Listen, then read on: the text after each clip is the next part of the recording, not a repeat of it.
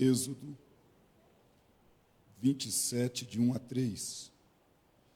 E também no capítulo 30, o versículo 1. Todos acharam? Diz assim: farás também o altar de madeira de acácia, 5 côvados será o seu comprimento, e 5 côvados a sua largura. Será quadrado o altar, e 3 côvados a sua altura. E farás chifres nos seus 4 cantos. Os seus chifres serão do mesmo, e o cobrirás de cobre. Far-lhe-ás também os seus recipientes, para recolher a sua cinza e as suas pás, as suas bacias, os seus garfos e os seus braseiros. Todos os seus utensílios tu os farás de cobre. Capítulo 30, por gentileza. E o versículo 1. E farás um altar para queimar o incenso, de madeira de acácia o fará. Amém? Podeis assentar aqueles que ficaram em pé. Meu muito obrigado. Queridos, a temática hoje, perdoe-me pela rouquidão da voz, a temática hoje, que seria ministrada pelo nosso pastor presidente, é sobre o obreiro e a sua vida devocional. A responsabilidade que nós, enquanto vocacionados e vocacionadas, temos de ter uma vida devocional diante de Deus. No texto que, por ora, acabamos de ler, Deus ordena a Moisés a fazer 2 altares. Êxodo 27, Deus manda ele fazer o altar de sacrifício. Esse era de bronze, quadrado, e ficava no pátio do tabernáculo. Êxodo 30, Deus manda ele fazer um altar de incenso, madeira de acácia. Esse ficava no lugar santo e era coberto de ouro. Então aqui nós temos, basicamente, quando entrava no tabernáculo, no pátio, ficava o altar de sacrifício, madeira de acácia, porém recoberto de cobre. No lugar santo, o altar de queima de incenso, madeira de acácia, porém coberto de ouro. Junto com a construção do altar do holocausto, Deus mandou construir um caldeirão de bronze, uma pá de bronze, e Deus mandou construir também um braseiro. Lá na frente, Deus ordena para Moisés a lei do funcionamento do altar do holocausto. E Deus diz, e nós conhecemos a lei: o fogo arderá continuamente sobre o altar e não se apagará. Essa era a lei do altar do holocausto. O altar que queimava incenso, por sua vez, ficava lá no lugar santo. A arca ficava no Santo dos Santos. Uma cortina separava e ficava o altar que queimava o incenso. Isso traz para nós alguns princípios da vida devocional de um obreiro. Haja vista que quando Deus ordena a funcionalidade do altar do holocausto, Deus diz assim: o sacerdote acenderá nele lenha a cada manhã. Observe que não acendia fogo, pois o fogo nunca apagava. Então ele acendia lenha no fogo que já estava aceso no altar, mas devido ter queimado noite inteira, era hora de tirar a cinza e acender lenha. Parte da tarde, final do dia, de novo o sacerdote acendia lenha para queimar noite toda. Talvez seja uma das melhores ilustrações bíblicas da vida devocional de um obreiro. A responsabilidade de cuidar do altar da vida, de forma que todos os dias pela manhã fique com Deus, até que a lenha pegue fogo e a cinza seja jogada fora. Isso tipifica de maneira clássica para nós a responsabilidade de sermos obreiros que têm vida devocional. E a minha proposta nesse tempo é tentar convencê-los à luz das Escrituras da importância da vida devocional de cada um de nós. Para tanto, em primeiro lugar, a vida devocional do obreiro é relevante, pois o obreiro é, em sua vida pública, um reflexo da sua vida devocional. Nós somos, em todas as aparições públicas, um reflexo da nossa vida devocional. Não vai dar para tapear. Quem tem, tem. Quem não tem, não tem. O altar nos revela. A igreja nos ouve, já discernindo se temos ou não. A unção é sentida. O está levando na garganta, o povo sabe. Por quê? Porque a aparição pública revela a vida privada. Então, quem tem vida devocional, tem graça de Deus em tudo que faz publicamente. E aí, meus irmãos, com todo respeito a todos os senhores, mas muito dos nossos fracassos públicos é por causa da nossa falta de vida devocional no privado. Aí nós queremos ter uma vida pública que nós não adquirimos escondida com Deus. Eu não vou conseguir ministrar o que eu não comi. Eu não vou conseguir passar a unção que eu não recebi. Eu não vou ter o poder que não me tocou. Então a vida privada é onde nós nos preparamos diante de Deus para as nossas aparições públicas. E por isso que eu escolhi o altar do holocausto e o altar do incenso. Por quê? Porque no altar do holocausto, não é novidade para ninguém, quadrado, feito de madeira de acácia, coberta de bronze, aqui Deus falou assim: nunca deixa apagar.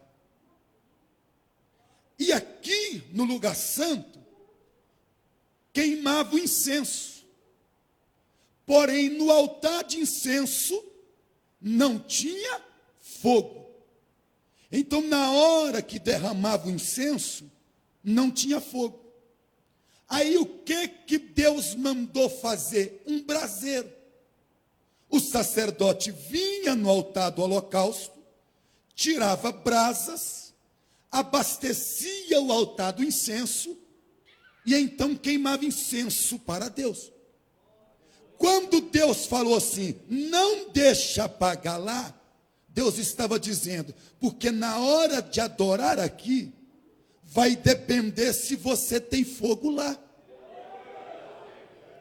Então a sua vida devocional é que vai refletir a vida de Deus na sua vida em aparições públicas. O fogo arderá continuamente sobre o altar. É Deus dizendo assim: viva inflamado, viva cheio, viva em oração, viva em comunhão, viva revestido. Ele está dizendo o seguinte: porque lá no hospital, na hora de queimar o incenso, não tem fogo. Lá na hora de pregar, esse quadradinho aqui, não tem fogo. Onde tem fogo? Na sua vida. No seu devocional diário. Aí Deus fala assim: não deixa apagar não. Porque você tem vocação, você é obreiro. Você tem chamada. Você publicamente ministra. Então, na hora de queimar o incenso, parece que quem faz o papel do braseiro, permita-me a comparação, é o Espírito Santo. É como se ele dissesse assim: deixa eu dar graça, porque esse aqui tem altar. Deixa eu colocar unção, porque essa aqui tem altar. Oh, aleluia. Que Deus nos dê essa graça, irmãos. Que Deus nos dê essa graça de ter tanta vida privada com Ele, que cada aparição pública seja cheia da presença de Deus. Cada visita seja cheia de Deus. Você já deve ter participado de cultos. Sabe que nós somos pentecostais, nós já temos uma cultura que culto nosso pega fogo. E se não pegar fogo, os pastores colocam de pé, vamos orar. E nós já criamos isso. Mas aquele culto parece estar pesado, sabe? E de repente chama um irmão para cantar. E o irmão canta um hino. E muda a natureza do culto. Muda a história da liturgia. Sabe o que é isso? É que se o altar tiver com fogo, a queima do incenso chega até Deus.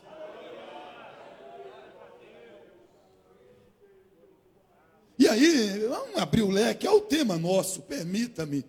Mas tem uma geração querendo ministrar para nós, publicamente, o que não viveu no oculto. A ponto de dizer: recebe Deus aí. Para você receber, eu tenho que ter recebido antes. Senão eu estou manipulando. A não ser que diante de Deus ganhou intimidade, unção, graça. Não tem como viver publicamente o que não experimentou ocultamente. E o devocional é onde você experimenta. É onde você vai viver como Paulo assim: porque eu recebi do Senhor o que também vos ensinei. Ou vai dizer como Elias: vive o Senhor em cuja presença eu estou. Ou vai dizer como Isaías: no ano que morreu o rei Uzias, eu vi o Senhor. As três expressões, Paulo, Elias e Isaías, é na primeira pessoa do singular. Eu recebi, eu vivo, eu vi. Quem tem devocional conjuga a vida com Deus na primeira pessoa do singular. Igual Paulo: Deus a quem eu sirvo e de quem eu sou, esteve comigo essa noite. Oh, aleluia. Que Deus nos dê essa graça, irmãos. Que Deus nos dê essa graça. Esdras 3:3 diz assim: apesar do terror que estava sobre eles, firmar o altar sobre as suas bases. Eu gosto dessa expressão: apesar do terror que estava sobre eles, firmar o altar sobre as suas bases. O contexto: o rei Ciro deixou Josué e Zorobabel retornar para Jerusalém. E quando ele retorna com cerca de 43 mil judeus inscritos, e 7 mil que não acharam inscrição, cerca de 50 mil judeus, Eles retornam depois de 70 anos de cativeiro para dentro de Jerusalém. E quando vai recomeçar, as nações vizinhas tinham ocupado o espaço geográfico em torno de Jerusalém. E elas não queriam que os judeus retornassem. E quando voltam, diz o texto bíblico que as nações começam a causar terror, pânico, medo. Pensa, 70 anos fora, retornar, recomeçar, diz que o terror estava sobre eles. Mas parece pelo contexto que Zorobabel e Josué, que são os líderes que Ciro mandou para a reconstrução do templo, faz uma reunião. E tem muito desafio, viu, irmão? Tem muros, tem portões, tem lavouras, tem casas, tem tudo para ser reconstruído. E aí nós vamos começar por onde? E o Josué fala, vamos começar pelo altar. E diz o texto, apesar do terror que estava sobre eles, firmaram o altar sobre as suas bases. Você é um obreiro. Todos os dias você tem muitos desafios por causa da tua chamada. É um terror, é uma dor, é uma guerra, é uma batalha. Mas se for para começar para fazer algo, comece do altar. Apesar do terror que estava sobre eles, firmaram o altar sobre as suas bases. Levante pela manhã e já comece com devocional. Firma o altar na base. Deixa que Deus vai garantir o resto do dia. Firma o altar da base. Tem que reconstruir muro. Deus levantou Neemias. Eles cuidaram do altar. Deus cuidou do muro. Cuida do altar. Deus vai cuidar do resto na jornada do dia. Vida devocional é cuidar do altar primeiro. Apesar do terror da visita, do velório, do luto, da dívida, de missões, do desviado, do que fracassou, do erro, do pecado. Apesar do terror que assombra, dos demônios, da carne, das tentações, das dívidas, do aluguel, do trabalho, da perversidade. Apesar do terror, firma o altar na base. Faça seu devocional. Oh, aleluia. E quando Deus mandou Moisés fazer o altar, Êxodo 36, Deus falou assim, você vai colocar ele, o altar de incenso, diante da arca do testemunho. E ali, Deus usa essa expressão, ali, eu me ajuntarei contigo. Sabe o que Deus está dizendo? No altar do incenso, eu me ajunto contigo. No altar do holocausto, você se ajunta comigo. Oh, aleluia. Oh, aleluia. Devocional é você se ajuntando com Deus. Aí vai você fazer uma visita e Deus se ajunta contigo na visita. Devocional é você se ajuntando com Deus. Aí tu vai dar um ensino, aí Deus se ajunta contigo no ensino. Ali me ajuntarei contigo. Deus faz uma promessa. Cuida do altar do holocausto, eu cuido da queima do incenso. Ali me ajuntarei contigo. Segundo lugar, a vida devocional de um vocacionado, de um obreiro é relevante. Porque é onde ele adquire conteúdo espiritual e bíblico para transmitir para a igreja. É ali, irmãos, na vida devocional, que nós ganhamos conteúdo bíblico e espiritual para transmitir para a igreja. Quem não faz devocional, onde retira o que dar à igreja? Se não for no devocional, tem outras opções. Tem YouTube, tem Google, tem livro de autoajuda, tem uns coaches por aí ensinando palestra motivacional. Mas se quer servir alimento espiritual para a igreja, é lá. É lá no altar devocional. É lá diante de Deus com a palavra. Eu não tenho, Deus, mas o Senhor tem uma mensagem para a igreja hoje. Eu sei que o Senhor tem uma palavra para o teu povo. Aí você vai alimentar e tem uma hora, irmão, que parece que Deus abre a sua mente assim, ó. E aí, antes de se vir para a igreja, você ouviu. E esse é o maior sermão que a gente pode pregar, aquele que primeiro falou conosco. E aí você vibra, porque a sua alma está comendo. E você pensa, quando a igreja comer isso, quando a igreja ouvir isso, porque se foi bom para você, vai ser bom para o seu povo. Se foi bom para você, vai ser bom para o seu rebanho. Então o devocional é onde se alimenta. Eu dei um estudo lá no Veneza sobre o maná, queridos. E tem uma lição no maná. Maná caía todo dia, viu? Exceto no sábado. Deus te dá um dia de folga. Só que Deus não te dá um dia de folga para você ficar sem alimentar. Aí na sexta tinha que colher em dobro. Ele falou assim, vai colher em dobro na sexta porque está de folga, mas o alimento tem que ser todo dia. Aí Deus falou assim, levantar cedo. E tinha que colher o maná, sabe que hora, igreja? Antes do sol aquecer. O texto diz assim, aquecendo o sol, o maná derretia. Devocional. Ou você faz antes de sair de casa, ou o dia rouba o maná. Impressionante, irmão. Aquecendo o sol, maná derrete. Vai cuidar de outras coisas sem ter orado, que você vai passar o dia todo cuidando de outras coisas, não vai orar mais. Porque depois que o sol nasce, o maná derrete. E colher que hora? Antes do sol nascer. Imagina, se o sol se põe a ponto de aquecer maná 6 horas da manhã, então tem que colher o maná 4. É onde você arranca alimento para servir a igreja de Deus.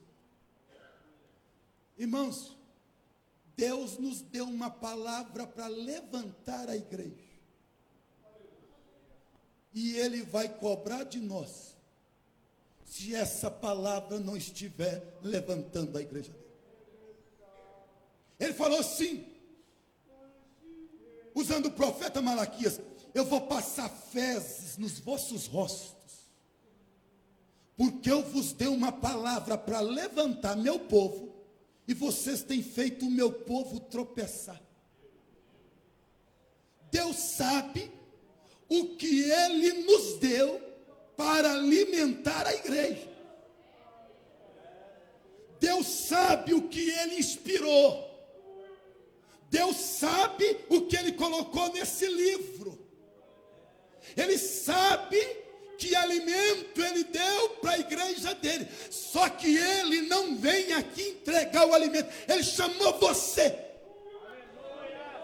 para entregar o alimento.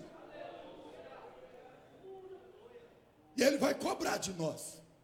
Eu comentava ainda há pouco o pastor Samuel e outros pastores, que eu estava na escola bíblica lá com o pastor Enoque. Vem segunda-feira, o pastor Enoque vai estar aqui. Ele estava ensinando que Deus olhou e nos chamou. E nos deu como presente para a igreja. Uns pastores, outros doutores, apóstolos, mestres. Aí ele continua, Paulo continua lá em Efésios 4 e fala assim, a fim de que não sejais mais meninos. Sabe o que Deus fez? Eu vou escolher alguns homens, alguns obreiros, e a minha igreja não será infantil na fé, porque estes que eu estou escolhendo vai dar um alimento para a minha igreja, que ela vai ser edificada e não vai ser infantil na fé. Sabe o que Deus está dizendo? Eu sei o que eu tenho para servir meu povo, e eu vou levantar alguns homens com essa responsabilidade, e a minha igreja não será infantil, minha igreja será madura.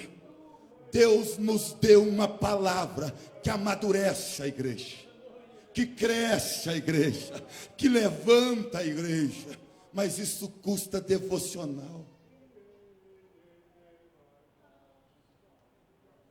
Isso custa, e sermão dá dor de parto.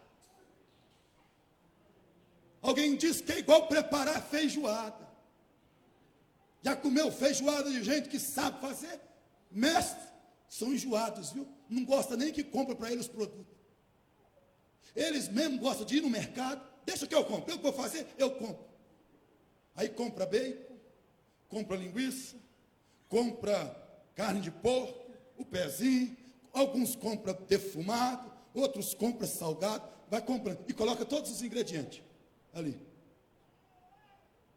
Aí depois ele pega aquilo tudo e mistura numa quantidade certa, que quando coloca o feijão preto, com água, com óleo, com alho, com sal, com cebola, com bacon, com linguiça, com costelinha, com salgado, com laranja, com cravo, com abacaxi, fica um negócio saboroso. Devocional é isso. É onde você vai juntando as partes, vai colocando o tempero, e o primeiro a alimentar é você. E quando você leva para a igreja, oh aleluia, oh aleluia. Um dia eu estava ministrando aqui com os obreiros na reunião de ministério, um pensamento. Você já viu que o povo não chama nós obreiro por causa de nós? O povo nos chama por causa da palavra. Tem nada a ver conosco? Por que chama o pastor para o aniversário de 15 anos? A pessoa mais importante é a moça, a menina que está fazendo 15 anos. Mas quer o pastor? Quer o pastor por causa de quê? Porque eles querem palavra. E no casamento? Quem é a pessoa mais importante no casamento? Os noivos. A noiva, depois ele. Mas chama o pastor. Por que quer o pastor? Para trazer uma palavra.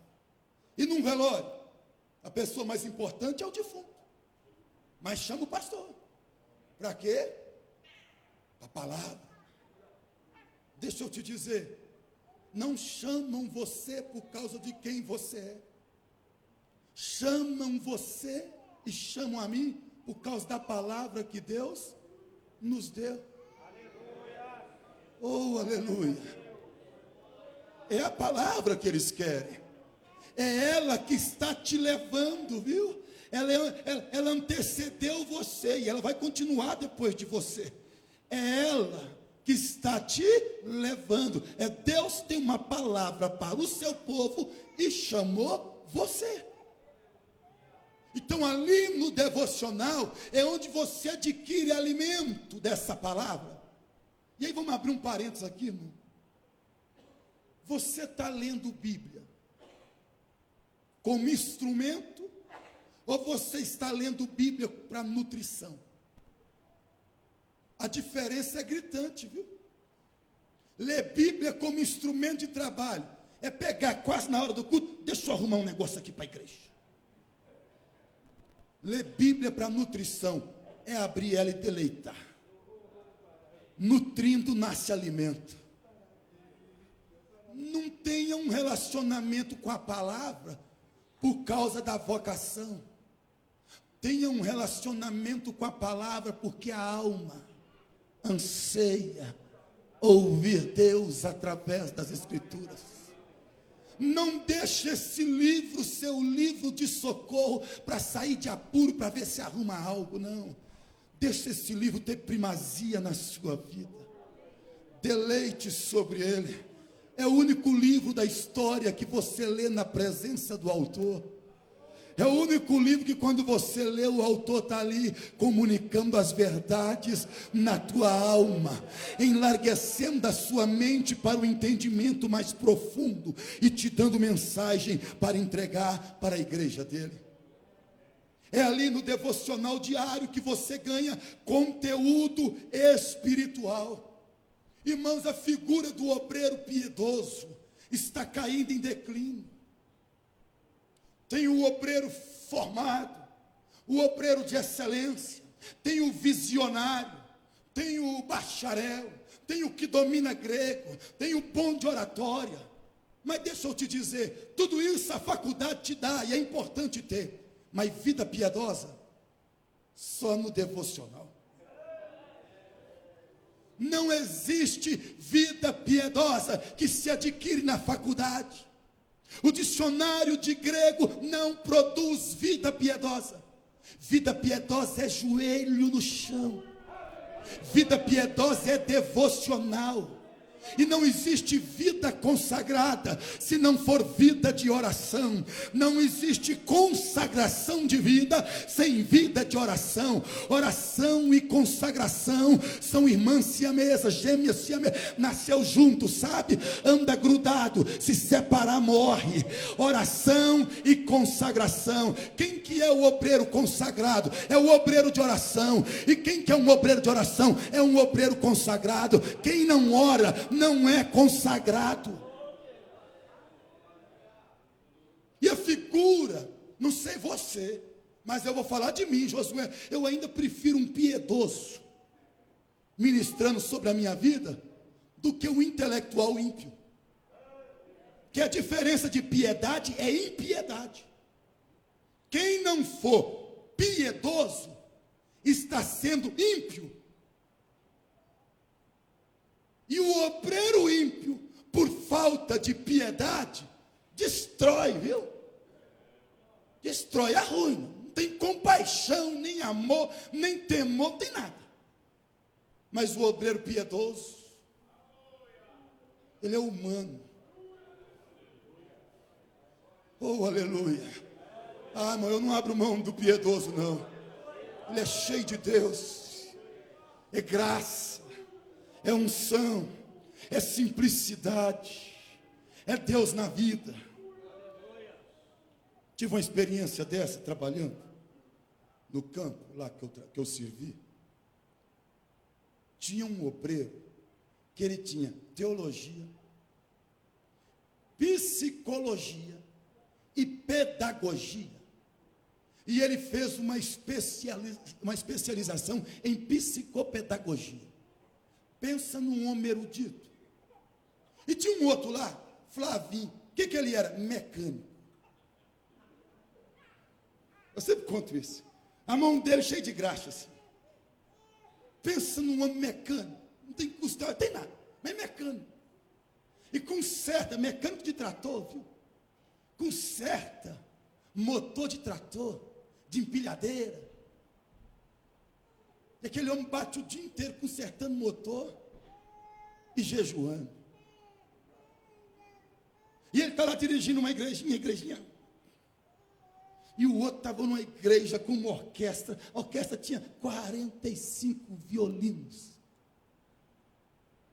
E de repente fizeram um abaixo-assinado e levaram lá no ministério. E o pastor falou: não troco ninguém por baixo-assinado. Perderam tempo. Mas se eu fosse trocar, vocês queriam quem? E eles falaram assim: nós queremos um mecânico. Oh, aleluia. Oh, irmão, se conseguir casar erudição e piedade, glória a Deus. Mas se for para ficar só com um, então piedade, viu? Piedade é o obreiro do devocional. Por quê? Deixa eu te dizer. Deus falou assim: vai arrancar a cinza, viu? E vai jogar fora. O sacerdote colocava a veste sacerdotal, pegava o caldeirão, juntava toda a cinza, jogava dentro do caldeirão com a pá de bronze. Aí Deus falou assim: então o sacerdote retirará a sua veste sacerdotal e colocará outra veste. E com essa outra veste ele pegava o caldeirão e ia fora do arraial, jogar a cinza fora. Sabe por que muitos não conseguem mais ter piedade? Porque para jogar a cinza fora tem que trocar a vestimenta. Consegue juntar cinza com a roupa de sacerdote, mas para jogar a cinza fora tem que arrancar. Aí é lá no devocional diário que nós jogamos toda a indumentária fora E tem uma experiência de Isaías: o povo é de impuros lábios, mas eu sou de lábios impuros. É lá no devocional que ninguém dobra o joelho. Deixa eu te dizer, quando os pastores, o nosso presidente, os diretores que está aqui vai orar, tá? Eles não oram, eles não dobram o joelho assim: Deus está aqui, o diretor financeiro. Não, eles não oram assim não, tá bom, irmão? Eles oram assim: Deus está aqui, teu servo, tem misericórdia de mim. Qualquer um de nós, na hora que dobra o joelho para orar, a gente joga a veste fora. Porque é hora de pegar o caldeirão de cinza e ir fora do arraial e dizer: Deus me muda, Deus me transforma, Deus me ensina a te agradar, me ensina a temer o teu nome, me guarda do pecado.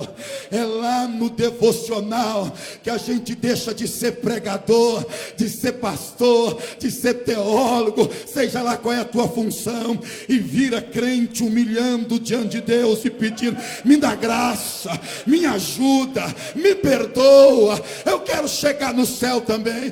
Quem não faz devocional não reconhece as próprias mazelas. Oh, aleluia. Quem não faz devocional não encontra consigo mesmo diante de Deus. Aí eu fico equivocado acerca de quem eu sou, porque a falta de devocional me levou a uma cegueira, e eu passo a me gabar daquilo que eu deveria ter vergonha. Devocional, queridos. Devocional. É lá no devocional que nós ganhamos conteúdo bíblico e teológico. É lá que o pastor, o ensinador, o professor, o pregador vira aluno, vira aprendiz e se humilha diante de Deus dizendo: abre a minha mente para compreender. É lá que você esquece tudo que sabe e vai pedir para Deus uma vez mais capacitação para continuar fazendo a obra de Deus. O devocional diário é onde você nunca cessa de aprender. É onde você diz todos os dias: eu preciso cavar mais um pouquinho, eu preciso ler mais um pouquinho. Certo japonês falou que líder, e falava secular, aí eu vou aplicar para nós, que líder, na hora que vai dormir, que coloca a cabeça no travesseiro, faz a seguinte pergunta: eu aprendi o que hoje? Se não tiver aprendido nada, não é hora de dormir. Levantar da cama, e nem que seja 30 minutos, ler algo para aprender. Nós estagnamos, irmãos. Já viu alguns professores de escola bíblica dominical que mudam o assunto, mas a aula é a mesma? E mudou o texto, mas a aula é a mesma. E pulou de Romanos para escatologia, e de escatologia para tabernáculo, e a aula é a mesma. Porque diz Agostinho de Hipona que quem cessou de aprender, cessou de ensinar, ainda que continue falando. Então a falta de devocional, eu posso continuar falando, mas eu cessei de ensinar, porque o que eu estou falando eu já repeti, eu já disse. É lá que a mente fica arejada, as ideias borbulham, e Deus te dá alimento fresco todos os dias para servir a igreja do Senhor. Eu gosto de uma expressão paulina, quando ele diz que, 1 Coríntios 4, 1 e 2, que os homens nos considerem como ministros de Cristo e dispenseiros do mistério de Deus. Dispenseiro aqui é oikonomos, um fazendeiro. Vamos supor, um fazendeiro tinha uma fazenda e nós todos aqui somos escravos. Só que se ele tivesse de ficar dando ordem para todos nós, o fazendeiro ia ficar escravo dos escravos. Porque de tanto ter que cuidar, ele não teria vida. Então o que o fazendeiro fazia? Ele olhava entre os escravos, e escolhia um escravo que ele via capacidade, e falava assim: você vai ser meu oikonomos, você vai ser meu dispenseiro. É mais ou menos Deus olhando para nós, e viu todos. Aí de repente chamou você, obreiro, e falou assim: dentre todos meus servos, você vai ser o meu servo que vai frequentar a dispensa. É isso que significa, que os homens nos considerem como dispenseiros dos mistérios de Deus. Aqui vai uma pergunta: dá para servir os mistérios das dispensas de Deus sem frequentar a dispensa? Só pode ser, irmão, permita-me, não quero de forma alguma ser arrogante, mas é sofrer de insanidade mental. Querer servir sem ir na dispensa.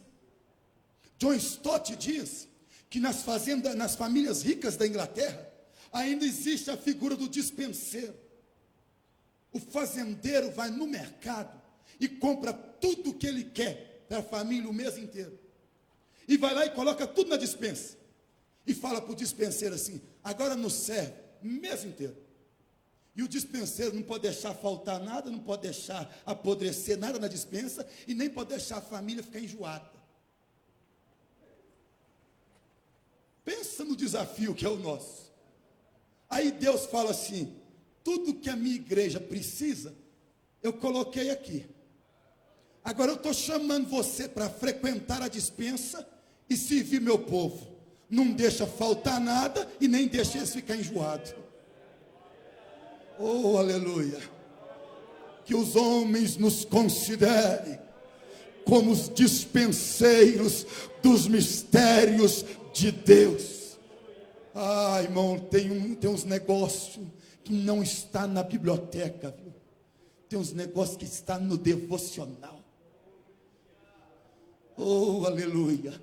Não está no diploma, não está no bacharel, está na dispensa. Você é Deus e a palavra. E de repente o Espírito Santo ilumina a sua mente, o coração inflama, e você então prepara algo. E quando a igreja ouve, bate no peito e fala assim: saiu de Deus, né? Saiu do trono, né?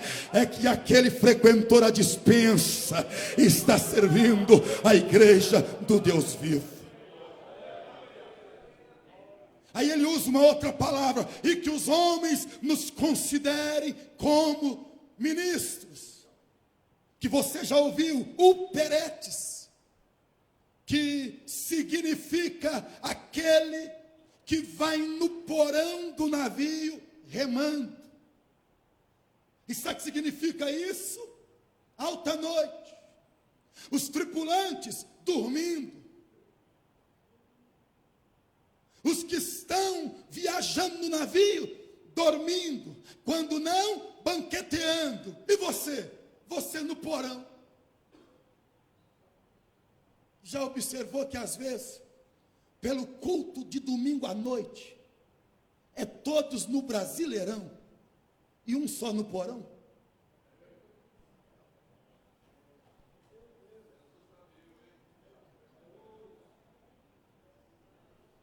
São poucos que vai para o porão domingo à tarde remar e dizer para Deus: visita nós hoje, salva a alma hoje, batiza com o Espírito Santo lá hoje. Mas alguém tem que ir para o porão,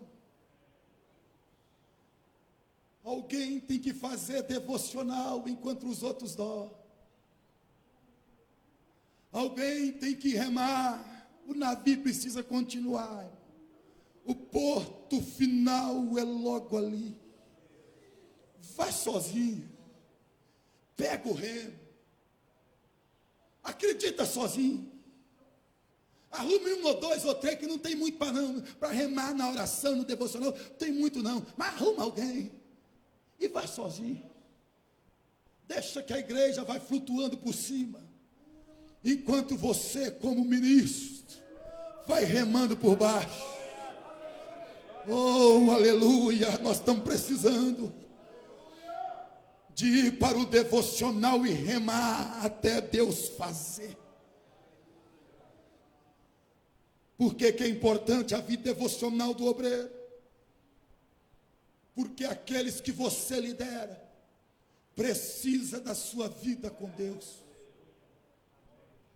Oh, aleluia. Aqueles que você dirige, pastoreia, está precisando da sua vida cheia de Deus. Chegou uma época que nós vamos ter que nos encher de Deus por causa dos outros. Você vai ter que ir cheio de Deus para o culto na sua igreja, por causa da sua igreja. Deus está te chamando para a prática da vida devocional, porque é lá que você vira um intercessor. Pastor José Ezequiel da Silva, que já dorme no Senhor, a gente cumprimentava ele: Pai do Senhor, meu pastor. Pai do Senhor, passei por lá hoje 4:30 da manhã. Estive na sua casa hoje 4 horas da manhã. Ele orava pelos obreiros de madrugada. E durante o dia ele falava: eu passei lá essa noite. A vida devocional sua é importante, porque é a hora que você está no seu quarto, mas está passeando pelas casas daqueles que Deus te deu. E Deus vai responder essa oração. Deus vai responder essa vida de clamor sua. Tem base bíblica? Ó, se tem. Irmão, delegar é gostoso. Mas delegar e ficar na retaguarda para Deus tornar vitorioso aquele que você delegou a função, depende de devocional. Aí o Moisés chama o Josué e fala assim: o negócio é o seguinte, amanhã tem guerra, viu? Pega os homens, vai guerrear contra os amalequitas. Eu não vou, vai você. Eu vou ficar no cume do monte, com a vara de Deus na mão. E tu, Josué, amanhã tu vai guerrear contra os amalequitas. E diz que no outro dia, o Josué pega os homens e vai para a guerra. E lá na guerra, quando Moisés baixava a mão, Josué perdia. Quando Moisés levantava a mão, Josué vencia. A vitória de Josué era por influência sobrenatural de Deus, enquanto Moisés ficava com a mão levantada. E o Moisés cansava e abaixava, a influência sobrenatural de Deus saía e o Josué começava a perder. Deixa eu fazer uma pergunta. Se Josué perdesse a guerra naquele dia, de quem era a culpa? Dele lá no campo de batalha ou do Moisés nos bastidores intercedendo? A culpa era do Moisés. Já parou para analisar que nós podemos estar condenando uma geração e a culpa é nossa? Porque nós abandonamos o devocional. A influência sobrenatural de Deus também saiu da geração. Mas se nós voltarmos para o devocional, Deus volta a visitar eles. Oh, aleluia. Antes de condenar alguém, pergunte para você mesmo: quanto tempo eu fico diante de Deus por ele? Quanto tempo eu fico diante de Deus por ela? Pode ser que porque nós não estávamos comparecendo diante de Deus para interceder, perderam a influência sobrenatural de Deus e acabaram perdendo a guerra. A culpa não é deles, a culpa é nossa. A culpa é minha.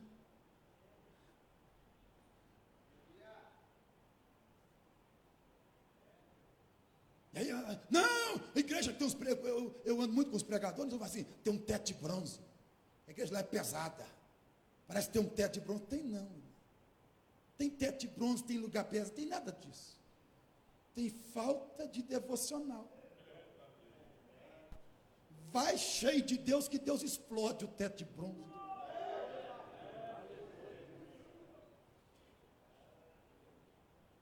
Então deixa eu te dizer, aquele liderado que você delegou,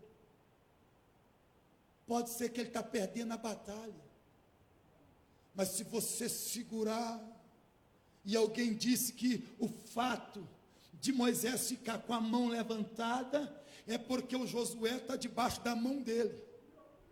Ele fala assim, deixa eu ficar com a minha mão com Deus, aí aqueles que eu dei ordem vai ser abençoado pela mão de Deus.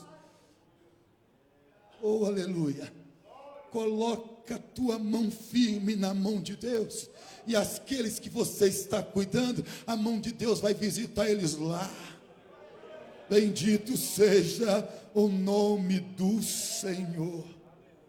E eu vou encerrar o último tópico. A vida devocional do obreiro é importante, porque é onde ele trabalha com Deus antes de trabalhar com homens. Ô irmão, um dia o pastor chegou lá na igreja, o pastor Hilário Monte Fernandes, falou assim, dirija o culto, hein, Josué? E desse jeito, corta conjunto, corta tudo, ministério louvor, me dá 8 horas, que eu vou pregar 30 minutos, e 8h30, Jesus vai começar a batizar com o Espírito Santo, e vai batizar até 21 horas. Eu olhei assim e falei, meu Deus, o que aconteceu com esse pastor? Eu dirigi o culto rapidão e passei para ele, e ele pregou uns 30, 40 minutos, chamou na frente, e Jesus batizou 35 irmãos. Eu aprendi isso. Na segunda-feira, estou lá no gabinete. Pastor, me explica aquele negócio ontem. Como é aquilo? Ele falou assim, Josué, eu estava orando de tarde, e Deus me mostrou que ia fazer aquilo de noite. Ô irmão, sabe o que é bom de devocional? É que você vê com Deus primeiro. Aleluia. Aí os crentes tudo encantado. Ele já tinha visto de tarde. Quem faz devocional. Aí deixa eu falar para você, não questiona projeto de pastor não, viu? Porque pastor quando lança projeto já viu com Deus. Não questiona projeto de liderança não, porque se já viu com Deus. Aí eu fico pensando no Moisés, que subiu no monte e passou 40 dias no monte. Ele viu a arca, o propiciatório, a tampa da arca, os querubins. Ele viu o candelabro, ele viu as bacias, ele viu o altar de ouro, a madeira de acácia. Aí Deus deu nome, estou enchendo, viu, Bezalel, estou enchendo a Oliabe. Quando você descer, é aquele, é aquele, é aquele. Aí Deus deu a estratégia, levanta uma oferta, já fiz o povo sair do Egito. Ele viu tudo com Deus. Quando ele desce do monte, ele só chama, Oliabe, já vi com Deus. Tu está capacitado pelo Espírito Santo. Bezalel, já vi com Deus. A liderança dele, primeiro ele vive no sobrenatural, depois ele mistura com os homens e vai delegando. Com Deus é isso que você vai fazer, com Deus é isso que você vai fazer. Aí imagina, a arca fica pronta, e chega um judeu e fala, olha isso Moisés, é muito bonito. E ele, não, já vi com Deus. Oh, aleluia. Devocional, irmão, é onde primeiro você vê com Deus, trabalha com Deus, resolve com Deus, e depois vai viver diante dos homens para a glória de Deus. Deus os abençoe em nome de Jesus.